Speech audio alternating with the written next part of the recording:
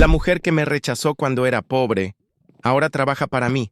Nunca fui un tipo perfecto. Ni el más guapo, ni el más listo, ni el que tenía dinero para impresionar. Pero lo que sí tenía era hambre. Hambre de crecer. Hambre de hacer algo con mi vida, aunque no tuviera nada en las manos más que sueños. Yo trabajaba en un pequeño cibercafé. Atendía de noche, limpiaba en el día y con lo poco que me sobraba, tomaba cursos gratuitos de emprendimiento por internet. Tenía una libreta llena de ideas de negocio, pero no tenía capital, ni contactos, ni nadie que creyera en mí. Excepto yo. Y en medio de todo eso, estaba ella, Valeria. Nos conocimos en la preparatoria. Ella era hermosa, inteligente, con una sonrisa que te hacía olvidar las preocupaciones. Y lo más extraño es que al principio parecía interesarse en mí. Al principio salíamos a caminar porque no podía pagar cafés caros. Le contaba mis sueños, mis planes, mis ganas de tener una empresa de tecnología algún día. Ella escuchaba, o al menos eso creía. Decía que le gustaba mi visión, que admiraba mi pasión. Pero las cosas empezaron a cambiar. Poco a poco, sus comentarios se volvieron más fríos, más burlones. Una vez le mostré un prototipo de una app en la que trabajaba por las noches, y lo único que dijo fue, ¿y eso quién lo va a usar? Mejor búscate un trabajo de verdad. Me dolió. Pero pensé que era solo un mal momento. Lo peor fue cuando empezamos a salir con sus amigos. Ella tenía un círculo de personas ya graduadas, con buenos sueldos, carros, ropa de marca. Yo me sentía fuera de lugar, inútil, invisible. Y frente a ellos, Valeria se avergonzaba de mí. Recuerdo una noche en particular. Uno de sus amigos, Tomás, llegó en su auto deportivo. Valeria lo miraba como si fuera un dios. Y yo solo era el tipo que la esperaba afuera del restaurante porque no tenía para pagar la cena. Ese fue el principio del final. Una tarde, después de ayudarla a mudarse, porque claro, usé mis únicos ahorros para rentar una camioneta, me dijo que no podía seguir conmigo, que quería una vida estable, que necesitaba a alguien que ya estuviera hecho, que no tenía tiempo para esperar a que yo algún día cumpliera mis sueños. No lloré frente a ella, solo asentí, le deseé suerte y me fui. Esa noche sí lloré, mucho, porque no solo perdía a la mujer que amaba, también me sentía como si todo lo que soñaba no valía nada si nadie más lo creía.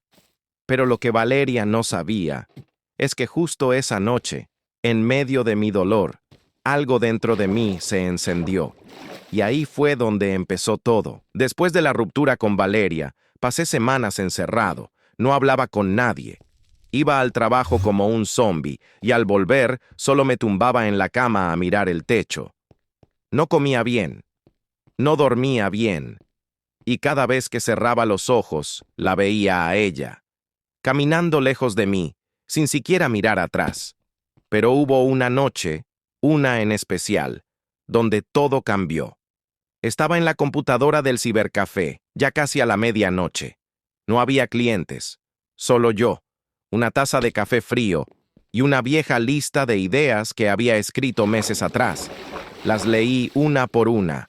App para encontrar técnicos confiables cerca de ti. Plataforma para freelancers con pagos garantizados. Red de servicios urgentes para hogares.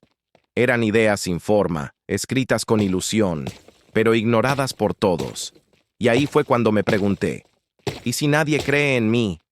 ¿Qué importa? ¿Por qué tendría que rendirme por eso? Ese fue mi punto de quiebre. No lo supe en el momento, pero esa noche se convirtió en la primera página de una nueva vida. Volví a tomar esa libreta con más fuerza. Redibujé mis ideas, investigué cómo se financiaban startups, cómo se hacían planes de negocio. No tenía dinero, pero tenía tiempo. Y sobre todo, tenía dolor. Y aprendí que el dolor, bien enfocado, puede ser el mejor motor. Hice un plan para 3 meses. Aumentar turnos en el cibercafé. Ahorrar hasta el último centavo. Vender mis únicos auriculares buenos. Y reducir todo gasto inútil. Comía arroz con huevo casi todos los días. Caminaba para no pagar bus. Y cada noche trabajaba hasta las 3 de la mañana desarrollando el prototipo de una app de soporte técnico on demand, que llamé Ayuda Ya. Mi entorno se burlaba. Hasta mi madre, aunque con cariño, me decía que mejor pensara en algo más seguro. Pero yo ya había probado lo que se siente no ser suficiente, y no estaba dispuesto a vivir con ese sabor el resto de mi vida. Pasaron los 3 meses. Mi app estaba lista en versión beta. Tenía un diseño muy básico, pero funcionaba. Conseguí que un técnico amigo se uniera.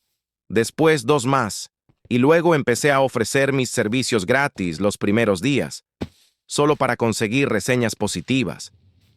Una mañana, mientras revisaba estadísticas, vi algo que me dejó paralizado. Un cliente real, uno que no era amigo, uno que llegó por recomendación. Ese día no lloré, sonreí, y por primera vez en mucho tiempo, sentí que lo que hacía sí tenía valor. Ese primer cliente marcó un antes y un después. Era solo una persona, claro, pero para mí era la prueba viviente de que lo imposible estaba empezando a volverse real. Días después, llegaron 2 solicitudes más. Una señora con un problema en su lavadora y un joven con su laptop dañada. Yo mismo respondía a los mensajes, asignaba técnicos y hacía seguimiento. No dormía casi nada, pero mi cuerpo no se quejaba, porque estaba motivado de una forma que no sabía que existía. Con cada servicio bien hecho pedía una reseña. Con cada reseña ganaba credibilidad. Y poco a poco, Ayuda Ya dejó de ser un nombre desconocido. Con lo que ganaba, reinvertía. Diseñé un logo más profesional. Mejoré la interfaz de la app. Contraté a una diseñadora freelance para que me ayudara con los colores. No podía pagarle mucho, pero creyó en mi visión y aceptó a cambio de un porcentaje de futuras ganancias. Fue la primera persona, fuera de mí, que creyó de verdad. Se llamaba Clara. Ella no sabía mucho de tecnología, pero tenía una manera de ver las cosas que me hacía pensar en todo lo que antes yo ignoraba. Y sin darme cuenta, se volvió parte clave del proyecto y de mi vida. Al cabo de 6 meses, ya no tenía tiempo para el cibercafé. Renuncié, con miedo, pero con el corazón firme. Me enfoqué de lleno en el emprendimiento. Busqué alianzas con tiendas de electrodomésticos, ofrecí soporte gratuito los fines de semana, repartí volantes, hice pequeños anuncios en redes sociales, y mientras todo eso pasaba, había algo más que notaba. Gente que antes me ignoraba, ahora empezaba a escribirme. Ex compañeros de escuela, vecinos, incluso esos amigos de Valeria que antes ni me miraban en las reuniones. Uno de ellos me dijo: «Oye, qué bueno que estás emprendiendo. ¿Te acuerdas de nosotros?». Claro que me acordaba, pero sonreí y respondí con cortesía.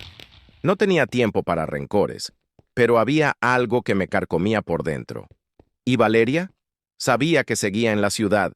Me habían dicho que estaba trabajando en una agencia de publicidad, que se había alejado de Tomás, el chico del carro caro, y que no se la veía tan feliz como antes. Yo no buscaba venganza. Solo quería demostrarme a mí mismo que podía tener una vida sin ella. Pero aún así, su sombra seguía en algún rincón de mi mente.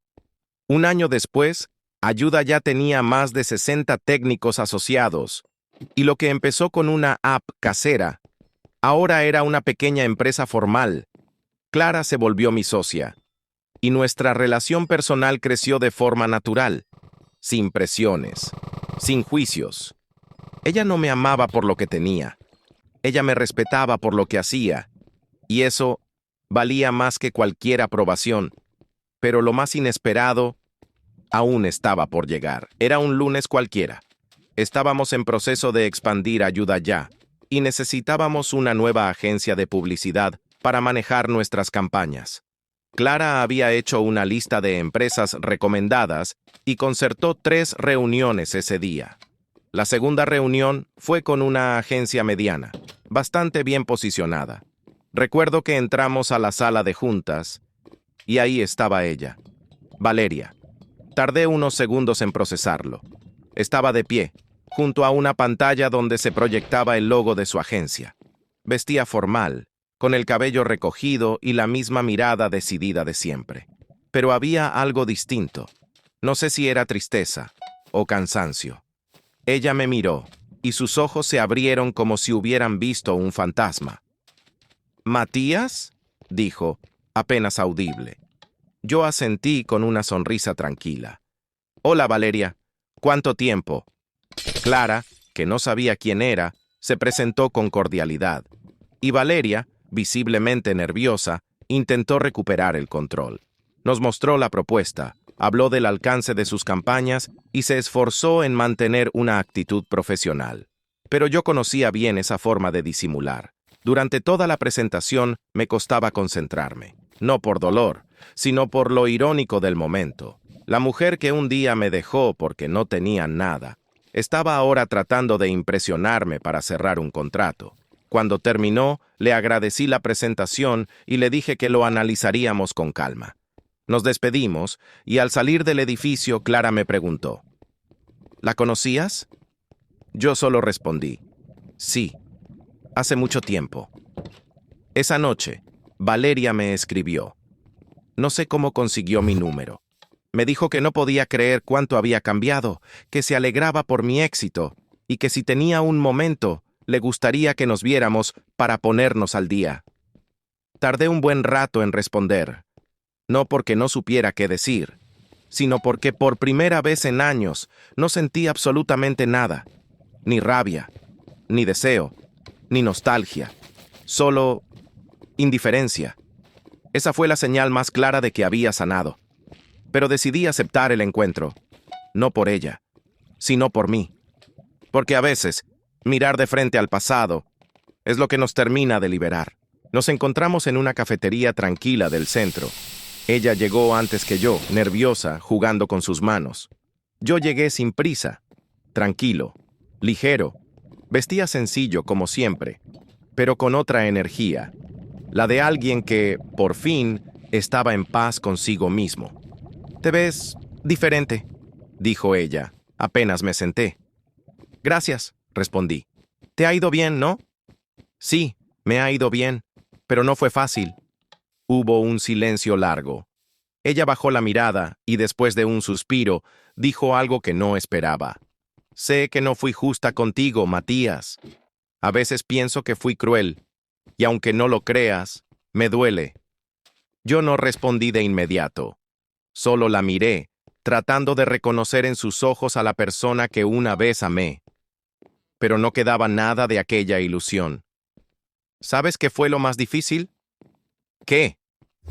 No fue que te fueras, fue que lo hiciste justo cuando más necesitaba que alguien creyera en mí. Ella apretó los labios. Quizás esperaba reproches, pero no los di. «No quiero justificarme», dijo. «Solo quiero decir que me equivoqué, mucho, y que si pudiera volver atrás...». «Pero no se puede, Valeria». «Lo sé». Nos quedamos en silencio, los dos mirando por la ventana. «Matías, ¿estás con alguien?». Pensé en Clara. Pensé en todo lo que habíamos construido juntos, no solo en lo laboral, sino en lo humano. Estoy con alguien que me ve como soy, que estuvo desde abajo, que no necesitó verme tener éxito para quedarse. Ella asintió. No hubo lágrimas, no hubo drama, solo una expresión resignada. Tal vez entendió, en ese momento, lo que perdió, y lo que yo gané cuando la dejé ir. Pagamos la cuenta, nos levantamos, y justo antes de separarnos ella dijo, «Me alegra que te esté yendo bien, de verdad». «Gracias, Valeria. Yo también te deseo lo mejor». Nos dimos un abrazo corto, uno que ya no dolía, uno que no prometía nada, y me fui. Caminé por la calle con una tranquilidad nueva. Había cerrado un capítulo, y no porque ella me lo pidiera, sino porque ya no me hacía falta mirar atrás. Volví a casa ese día con el corazón liviano. No por orgullo, no por sentirme superior, sino porque había entendido algo que me tomó años aprender. No todos los que te abandonan son tus enemigos. Algunos solo cumplen su papel en tu historia, y luego desaparecen. Valeria fue parte de mi vida. Sí, me hizo daño, pero también fue el empujón que necesitaba para mirar dentro de mí y decir, no puedo quedarme aquí, tengo que ir más allá. A veces, el rechazo es una bendición disfrazada. Y el dolor, una brújula. Hoy veo mi vida y no cambiaría nada. Ayuda ya sigue creciendo. Clara y yo somos socios, compañeros, y algo más que solo una pareja. Porque ella llegó cuando yo no era nadie. Y me trató como alguien que ya valía la pena. Sin títulos, sin dinero, sin condiciones. Y eso, para mí, es amor real. De Valeria, no supe mucho más. Un amigo en común me dijo que había dejado la agencia, que estaba empezando algo por su cuenta.